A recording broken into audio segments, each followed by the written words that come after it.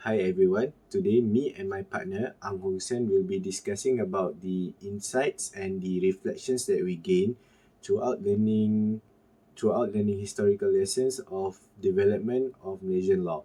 So, in this discussion, we'll be discussing about three topics, and the first one would be pre-colonization era, before the British era, and second one would be British occupation, and lastly, it will be the pre-independence.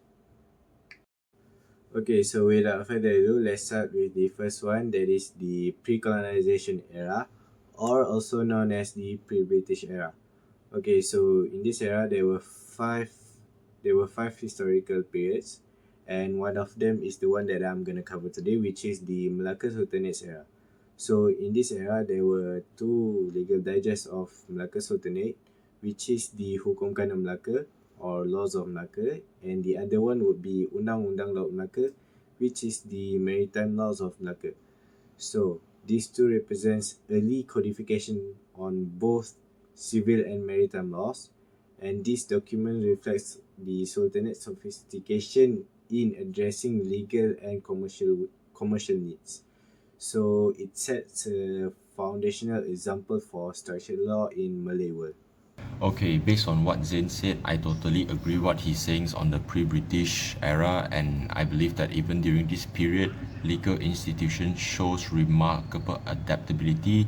For example, the transition from Hindu, Buddhist to Islamic influence defined the role of Sultan, emphasizing justice and governance under divine guidance rather than semi-divine rule.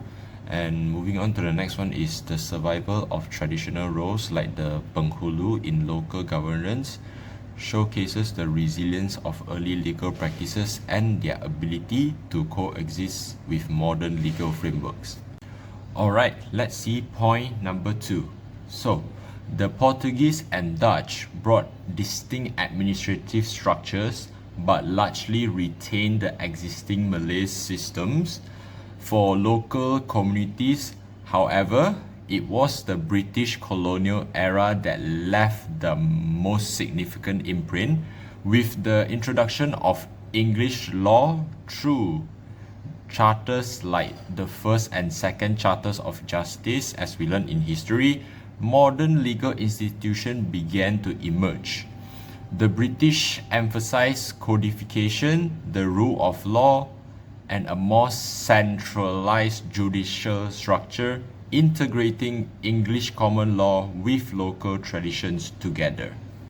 Okay, to support my partner's statements here, I would also like to add up some points. And firstly, it will be the establishment of centralized judicial institutions during this period taught the value of the robust legal structures and for ensuring accountability and governance.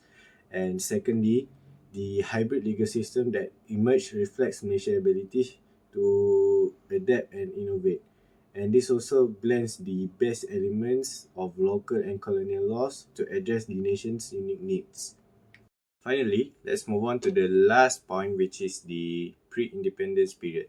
So, in this period, it highlights the deliberate efforts to unite diverse territories under a cohesive legal and administrative framework.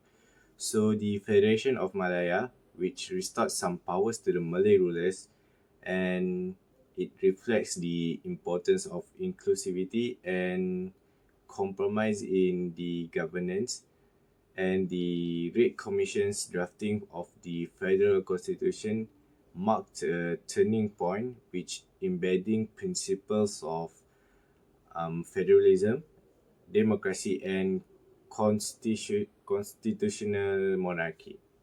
Following what Zin have said in the last point, which is the pre-independence, and after some discussions with my partner Zain together, and I feel like I found two key insights for us to learn in this point, which is the transition from colonial rule to independence reveal the importance of creating legal frameworks that respect historical roots while embracing the needs of a modern state.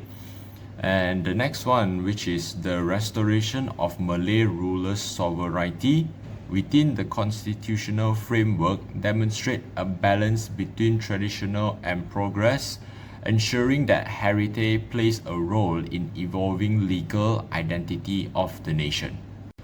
Okay, so now let's see the reflections on the past contribution to the present. The legal system we see in Malaysia today reflects its layered history. Traditional Malay concepts like the penghulu system still influence the local governance. Islamic law, adapted over the centuries, operates alongside secular legal principles introduced by the British. So overall of the discussion that we discussed before, I can conclude that these hybrid legal structures provide Malaysia with a unique identity, balancing both traditions and modernity, and furthermore, Malaysia's federal structures in the Federation Agreements underscores the importance of decentralization and a legacy of both pre-colonial and colonial governance. Okay, so that's all from me and Ang. We hope that you guys understand and learn something new in this video discussion. And yeah, thank you and bye.